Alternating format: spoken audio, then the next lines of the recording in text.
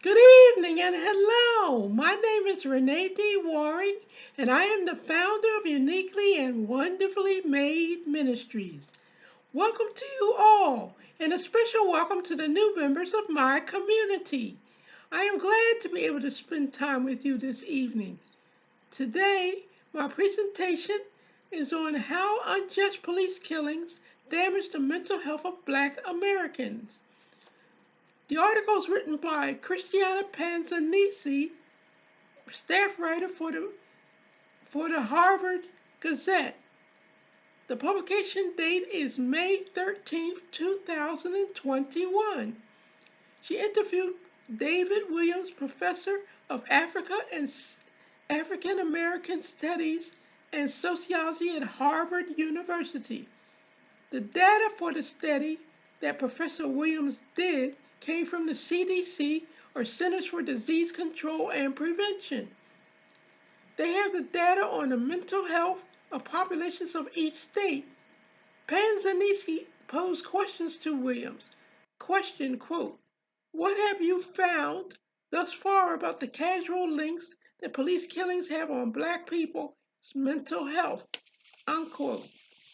Answer, quote, when an unarmed Black person is shot, the mental health of the Black population of the state where the shooting occurred manifests mental health consequences. If the killing of an armed Black person occurs, no mental health consequences are manifested. The white population had no mental health consequences when an unarmed or armed Black person is killed.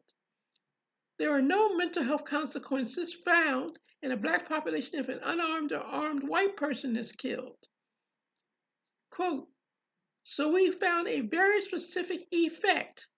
We think that it is both the perception of being unfair and the greater sense of vulnerability that it creates, unquote. Question, quote, we're surprised at all by these results, unquote.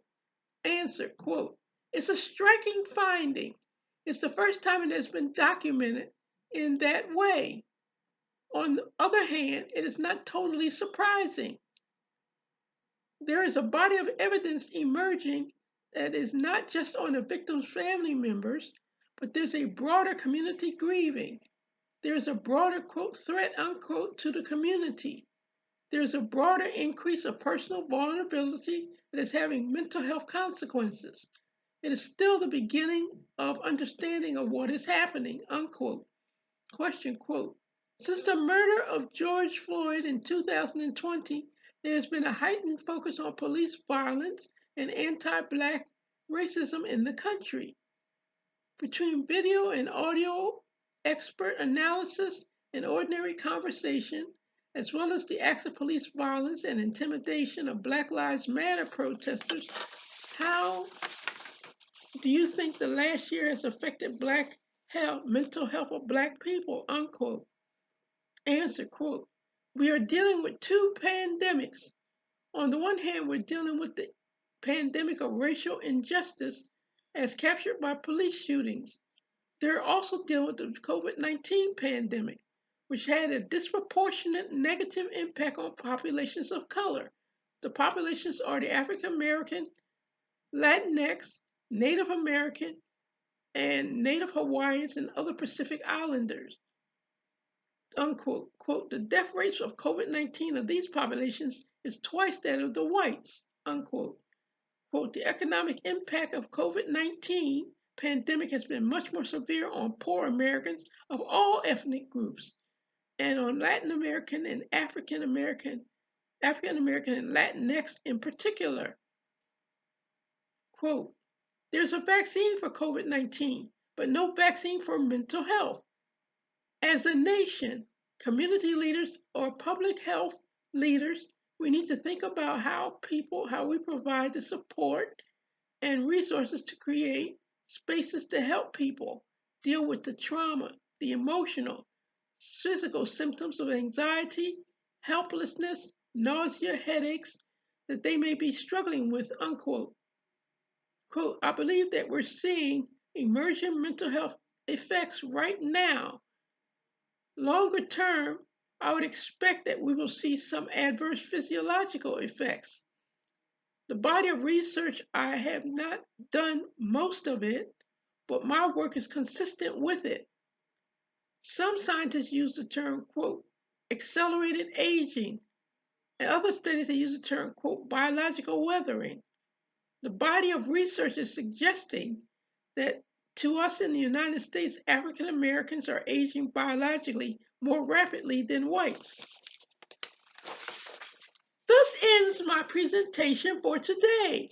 I hope that you found my talk to be both interesting and informative. I am glad to be able to spend this time with you today. My website is www.uniquely, UNIQUELY, and wonderfully made ministries.com. I repeat, www.uniquely, UNIQUELY, and wonderfully made ministries.com.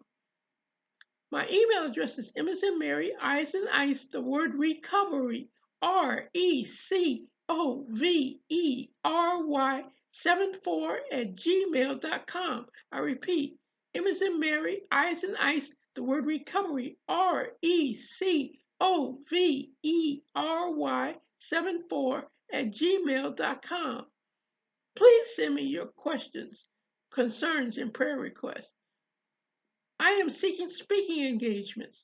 Invite me by email via email to speak to your group. I am the founder of Uniquely and Wonderfully Made Ministries. My name is Renee D. Warring, and I am the warrior warring.